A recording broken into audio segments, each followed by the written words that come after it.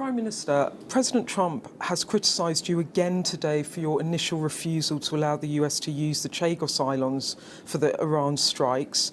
And it was part of a wider broadside against NATO partners over Iran, over Greenland, over defence spending.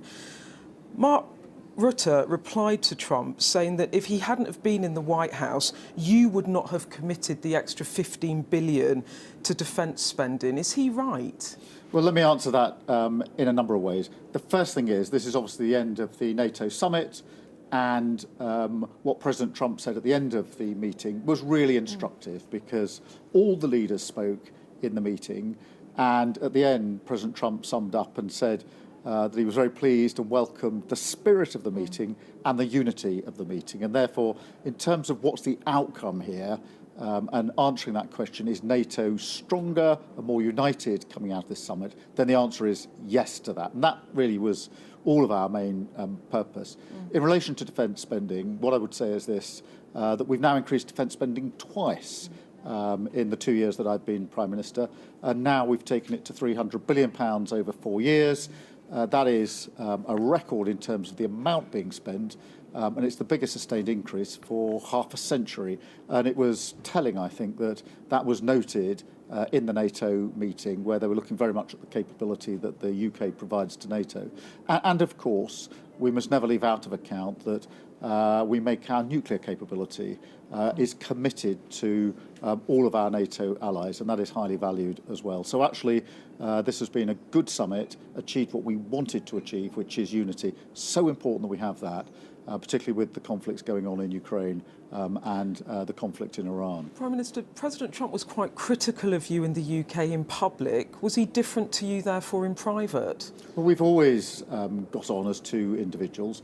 That is important because it really matters in politics to have a relationship that is a working relationship. I'm really mindful of the fact that the strategic alliance between the UK and the US is hugely important in defence, in relation to our defence, our security and our intelligence, where we work together 24/7. And of course, NATO is a transatlantic alliance strengthened by both sides of that, and therefore I do think it's important for the British Prime Minister to have a good relationship with the President of the United States. I'm glad that that's what I've been able to achieve. That has been what I set out to do. I think it's really important for my country, and that's what always comes first. And he wished you well? Yes, he did, and we're going to stay in touch. Great, OK. He called today on the President Trump today called the Iranian regime a bunch of scum, said the ceasefire is over, and said it's just a waste of time dealing with them. For people back home, how worried should we be about this? Well, the last day or two has obviously been challenging, and I think most people back at home will be wanting to see the ceasefire continue and wanting to see stability and wanting to see the Strait of Hormuz open, because that means that the impact on our economy will reduce. We've all seen the impact already on energy prices, people going to fill up at the petrol station and the forecourt can see the impact of that. So what's really important now is, notwithstanding the challenges, that we all focus on getting back to that ceasefire, implementing the understanding and playing our part in getting the Strait of Hormuz open, which does involve pulling together the coalition that the French and the UK are leading on in relation to reassurance is very important. And so that's where my focus is. I'm not going to pretend the last few days hasn't presented additional challenges. Of course it has. But it's important to keep focused on what is it we want to achieve. Back to the ceasefire. Let's get the deal implemented. Strait of Hormuz open. That's really important for the region, for the world, and for every single person listening to this and watching this back in the United Kingdom, because they know that their household bills are likely going to be impacted if we don't get to that situation as quickly as possible. And Prime Minister, if I may, Nigel Farage has triggered a by-election which you've called a desperate stunt. No one is standing against him apart from Count Binface at the moment.